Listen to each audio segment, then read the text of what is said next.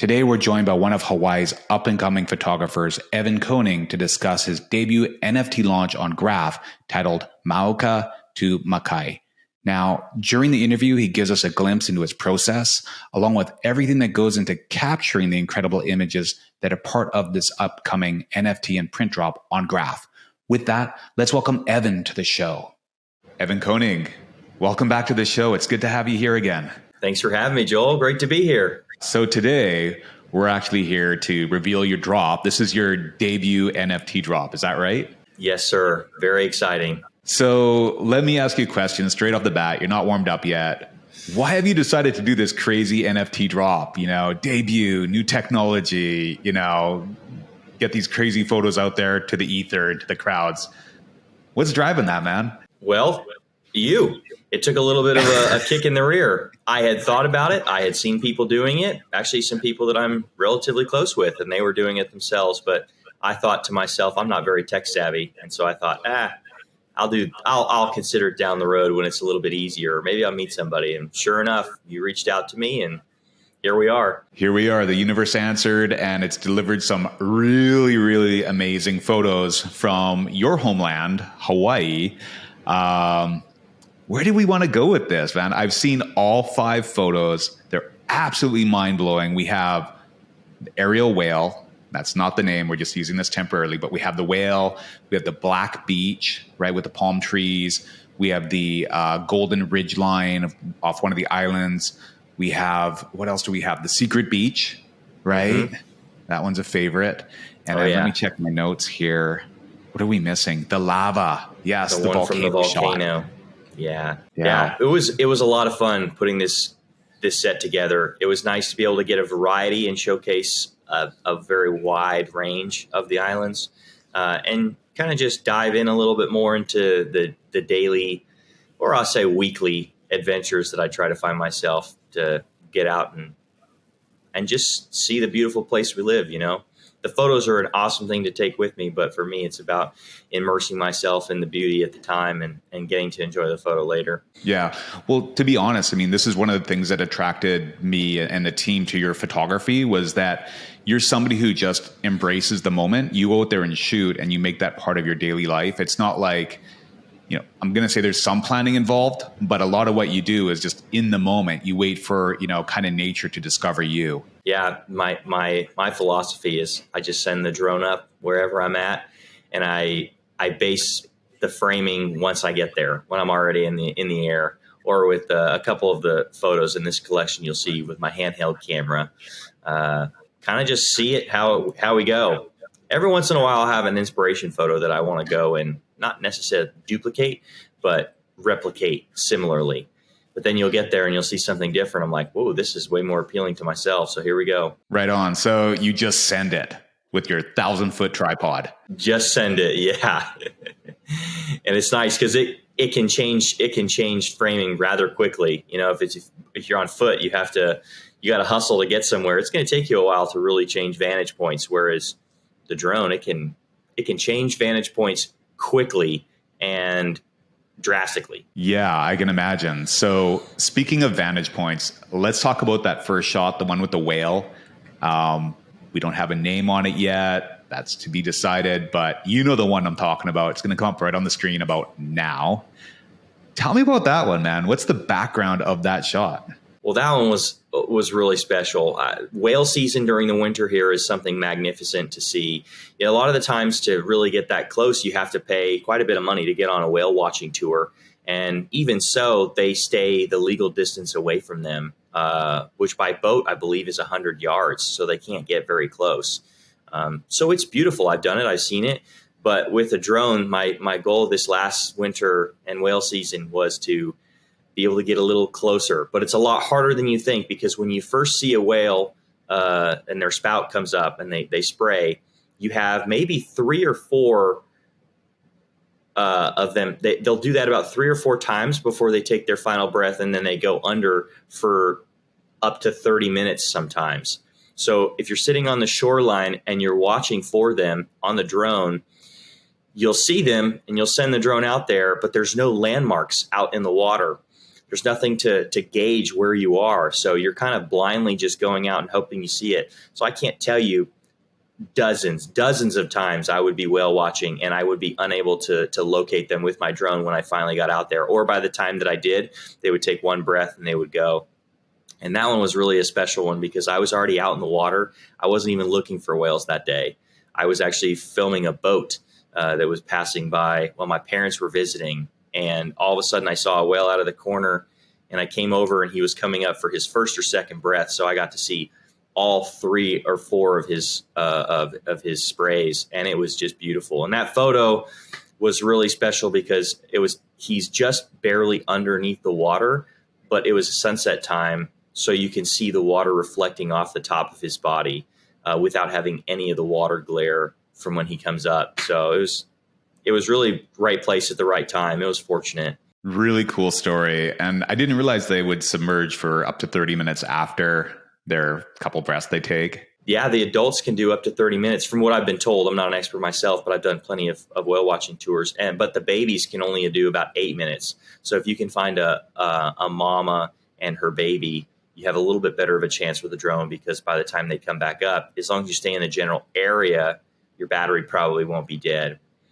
But by the time, for instance, if you're flying a drone and you see them and then your battery's dead and you need to replace it, in the 5 minutes it takes for you to fly back to shore, replace the battery and get back out there, they could be a quarter mile down the coast. And so locating them again will be very difficult. So it's a very hard task. A lot of people will do it. I found it myself, but it's not as easy as just, oh, hey, there's a whale.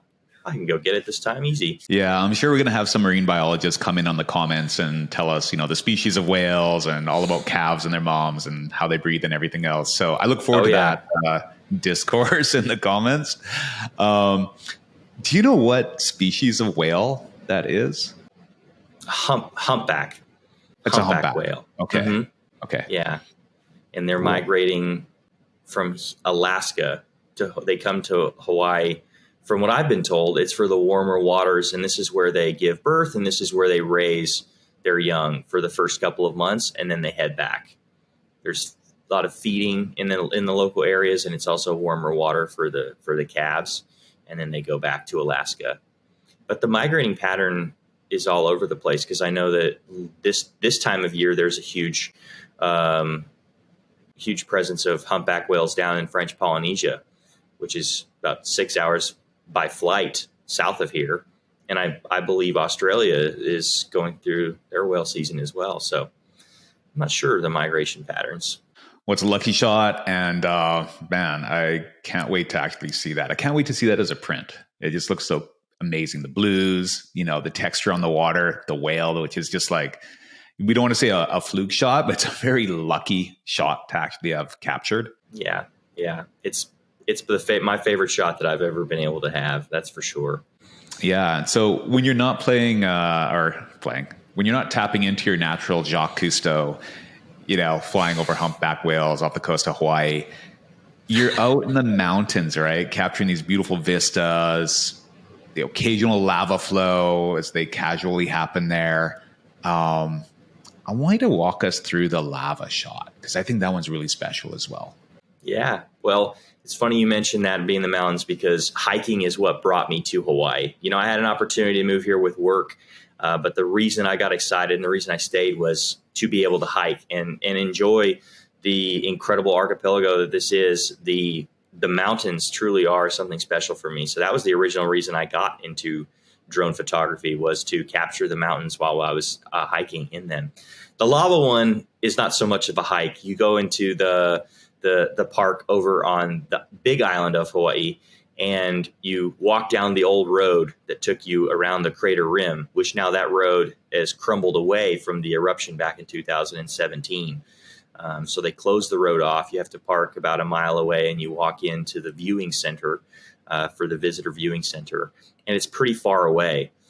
So this photo was kind of hard to get, because the first time I went, I didn't have a lens that could zoom in to make a picture worth viewing. You could see the orange hues coming up from the volcano, but I didn't have a telephoto lens, so I actually had to come back a second time and borrow a telephoto lens from a friend of mine to be able to really pinch in and see it. But it was an incredible night. We got there at the beginning of the trip for this second time around, and it wasn't flowing. It's an active volcano, but it's completely hit or miss which day it's going to be. The lava will be flowing at the surface. Most days it's just steaming, or maybe a small little sector. And I had checked the webcam for it the night before, and it wasn't looking very good. And we got there that next evening, and it was just flowing everywhere.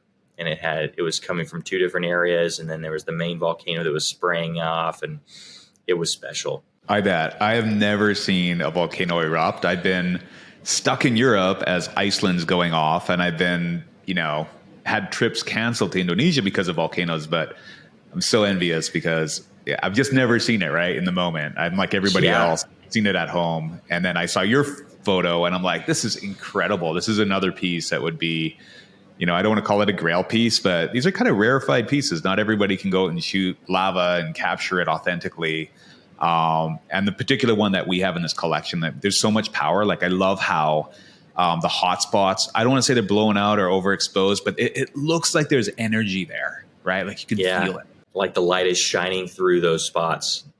Yeah, it's like, a Marvel character is coming out. Yeah. In fact, I have seen some photos from the volcano in Iceland where they get the drones really close to it. And if you're looking right in those spots, some of them, they are so bright that the lava will just melt inside of those spots. Like you'll see pieces of lava and you'll see them melt right into it. And it is just what looks like a white hole, and it just melts right into it. And everything else is around is orange and yellow and fiery. But yeah, it was something special to take in. I was actually here in Hawaii in 2017 when it erupted, and it was flowing over streets and through the neighborhood and down into the ocean. But at the time I was working a full-time job, and I didn't care too much for photography. So I didn't have any desire to get over to Island Hop and to check it out. And obviously now knowing that I do, and watching it on the news was cool enough for me back then. But now that I do enjoy to capture it, if it were to happen today, I'd be on the first flight out. Happy to help you with that if need be. Let's get you on a flight somewhere cool. And one really cool thing about that shot that I'm excited to share with all of you is that if you go and look on Google, or if you go and look on Instagram, all the times that people have posted about that in the last year, there's not nearly as much lava flow as that night we were just absolutely blessed with. It almost looks like a turtle in the distance is what the lava coming out looks like, a turtle. And it was just it took up so much space. Now, if you go look at it now, there's only like a small little section of lava next to the colander. So it really was a special night. Yeah, it's a stunning shot, man. So congratulations on that capture. It is stunning. I'll say it like Thank you. 5 or 6 more times during this podcast. Stunning. You're my number one fan. I appreciate you. Well, my mother's my number one fan, but you're number 2. Shout out to Evan's mom. Shout out to Evan's mom, Kathy. Hope you're watching this somewhere. Yeah. So speaking of lava, I mean, when we think of Hawaii, we think of 2 types of beaches. We think of those beautiful, white sand beaches, and then we think of maybe the black sand beaches, which I'm going to assume are partly due to the volcanoes and lava. Mm-hmm. I'm totally guessing here, right? Great guess. Yes, sir. Okay. Thank you. In the clear. So you have this other shot that's part of the collection. You're hovered, I don't know, maybe 100, 200 feet above this beautiful black beach. There's a bit of surf washing up on it, well-lit palm trees. Let's talk about that for a second. Yeah. Another special one. I don't think there's a single one in this collection that I would be able to say is my favorite over the other. I really like all of them. The whale probably is the most unique, but this one is really nice. It's about 30 minutes drive down the road from the volcano, and I've been there 3 times. And the previous 2 times that I've been, the lighting wasn't very good. There was a lot of people on the beach. The sunlight was shining from the wrong direction. The water was kind of blown out. So I actually made a trip for this collection. Specifically, I made a trip over to that island just for this shot. The most extensive. You talk about how I don't plan very often. This was the most planned, because I really wanted to capture something that would look good on a wall and it would showcase a different side of Hawaii that most tourists don't really see. Because there's 4 or 5 black sand beaches, but they're definitely a trek away from the resorts. You got to get out to go find them. And this one was just that. We were there for sunrise. There was nobody there except for a couple turtles that were up on the beach, which was special.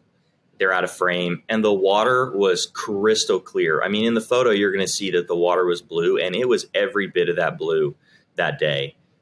It was just fascinating because the sand is so dark that you wouldn't expect, like when you're sitting on the beach, you can't see that the water is that clear.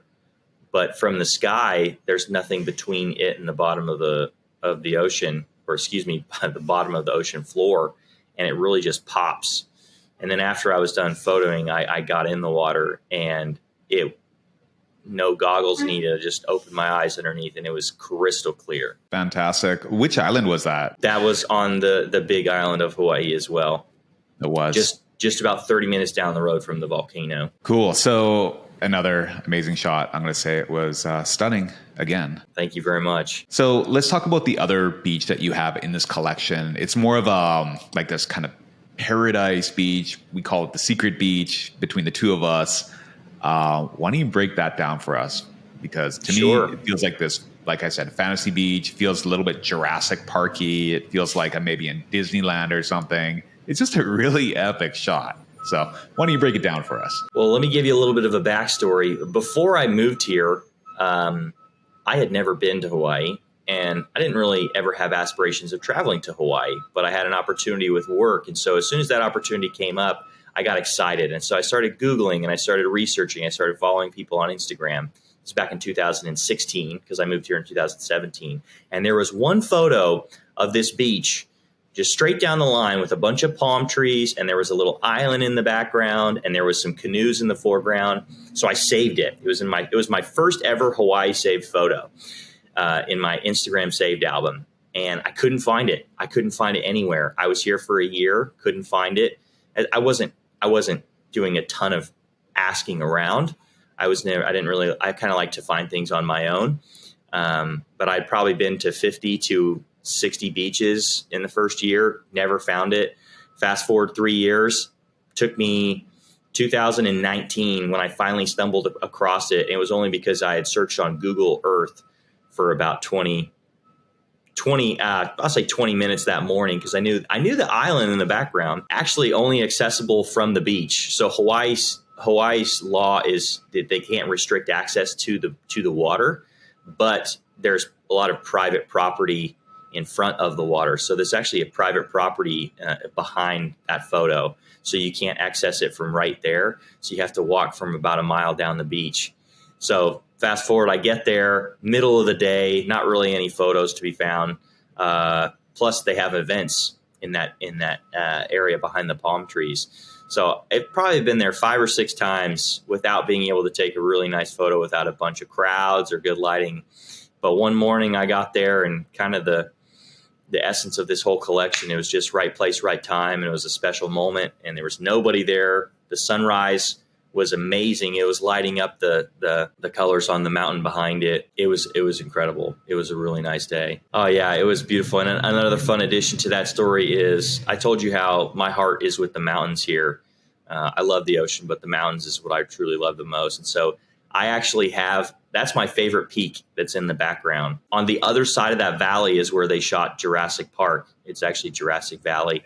And I think it's the most picturesque mountain in all of Hawaii, in my opinion. So I actually have a tattoo of that peak from that exact same shot with the exact same palm trees. It's on my chest. So if you don't think that's proof that I believe in this collection. That exact photo is tattooed on my chest. Well, I think that's a first. Somebody who has their photo collection or their one of the most prized photos of a mountain range tattooed on their chest. So I think everyone's going to go check out your Instagram feed or wherever you posted that later. If not, feel free to badger Evan online and ask for a proof that he actually has this mountain range tattooed on him. And I will say, I'm looking at the photo here off to my left, and it's stunning, man. I had no idea about a couple things. One, I had no idea that was your first kind of Instagram shot or your first shot of Hawaii. I had no idea that you went out and actually looked for this place. Like you knew of it, but didn't know where it was. And then, you said on the other side of that ridge is where they filmed Jurassic Park. On the back side of that ridge. So if you go over that mountain range, you have to go around the road. But if you just flew right over that mountain range, and that valley is Kualoa Ranch, which they call Jurassic Valley, where they filmed all sorts of movies, Jumanji, 50 First Dates, Jurassic Park. But that's what it's iconic for. Okay. Yeah, really cool spot, man. And I had no idea. It's just so colorful. It's so vibrant. This is another shot that I want. I've been there I've probably been to that beach or that area 50 to 100 times for sunrise. I'm not even exaggerating. And that was the best color on the mountain that morning. I've tried to replicate that shot numerous times, and there's just very little color because the sun is coming from behind you. So to light up the mountain and the clouds above that is pretty unique. Killer shot. What can I say? Blessing to be there. We're going to move from stunning to killer and then eventually stellar. We'll see how we go. Hope we can get that. So mountains, right? Now we're on to like the fifth piece in the collection. I'm calling it the aerial ridge or the golden ridge. We need to figure out a name for this. A really, really cool shot. I know you have another story behind it. So share with the people. The Nepali coast. If you haven't heard of it, you've probably seen it. If you've been to Hawaii, even if you haven't been to the Nepali coast, you've seen it. All of the airlines, all of the major companies, they use it as an advertising token. It's in photos everywhere when it comes to advertising around here. If you've seen anything on Hawaii, you've probably seen it to some extent. They have helicopter tours that are going all the time, and so you're able to get a pretty good view of it. I'm going to go back to the fact that I just absolutely love hiking. I had a knee injury this past year that I wasn't able to do a whole lot, so that's actually why I got into drone photography, was because I had more time. But prior to that, I just adored hiking, and the Nepali coast is the mecca of hiking, in my opinion. There are 4 or 5 ridges that actually start up in the park at higher elevation, and you hike down to the ridge tips. There is also a hike that you can hike at sea level across the coast to the beach at the very bottom. But both times that I've had permits, it was inaccessible. One time was because of a hurricane, and there's a couple of river crossings. And so if the rivers get too overflowed, you can't cross them. So both attempts to get to the beach have been canceled. So I guess it was a helicopter to the skies for me in order to do it. So we hiked into the ridge in the foreground of that photo numerous times. And I just thought, man, what a shot would be to get it from above. And the light was coming through just wonderfully. Cool location, cool shot, the texturing in it, the light in it, the layering. Let's just stack platitude on platitude for this thing because it's a really cool shot. I appreciate that. Yeah, that one was a lot of fun to take. I literally get goosebumps every time just thinking about being able to fly over to Kauai and check out the Nepali coast. I think I could probably spend a full week there and I could take the same photo of the exact same spot 5 days in a row and not get bored. Evan, thanks so much for sharing the photos with us and, giving us a behind the scenes look at the images and what went into creating them for your debut NFT drop with GRAAPH. It's actually your debut period, not just with GRAAPH, but anywhere for NFTs. So thank you for sharing with us. Thank you for joining us in this mission to the moon. Is there anything you want to share with collectors, potential collectors? Say hi to mom and dad. I don't know. Well, I already said hi to mom earlier. So, hey, dad, I hope you're watching. First and foremost, I just want to thank you for taking the time. If you've gotten this far and you're listening to us, thank you. A lot of this for me is being able to showcase and share the beauty of God's creation, and particularly Hawaii, where I'm fortunate enough to live. And a lot of people don't get that chance. So I love being able to show it to whoever gets the chance to look at it. Please reach out to me if you have questions. I'd love to chat. If you have questions about what to do and see while you're here, I'd love to talk to you. And I really don't take it for granted, the people who take the time to look and support me and encourage me and interact with me. So if you follow me on Instagram or Facebook, I love that, sending me messages. I I really do appreciate it. And I hope that you are able to find one of the pieces in here that you just really love and you possibly would want to keep for a long time. This is so unique to me with the NFT space because it's your photo. It's your photo from now on. I'm giving you that photo, and it's something that I think will hold its value. But also, there's only a couple of these. Some of these, there's only one. That whale shot. That's one of one. If you get that, that's your shot. It's forever, and that is just fascinating for me. I'm thinking about getting one of them for myself so I can hold on to it forever. All right. Well, I think there's going to be some stiff competition for that one-of-one whale NFT. And I actually think for the other ones as well, because they're so unique. I mean, you're really capturing Hawaii from a unique perspective, and they're all gorgeously lit. And, they're just super unique shots. So kudos to you for providing the talent and the creativity to actually make these real and then put them in our collectors' hands. And I look forward to launching you, Evan. I mean, it's going to be a real pleasure getting you out there and making a name for yourself, or helping you make a name for yourself, I should say. I appreciate that. Thank you. And for those of you that do take the time to purchase one of the NFTs, thank you. From the bottom of my heart, I really appreciate the support. It helps go a long way, and it helps me continue to do what I'm doing. So thank you. All right. Well, thank you, Evan. We'll make sure the armies of people are hounding you on Instagram and Facebook and Twitter and everything else. And you have a legion of collectors here knocking on our doors when we launch. So looking forward to it, man. It's been a great conversation. I look forward to everything and working with you more in the future. Ciao. Appreciate you, Joel. Thank you so much.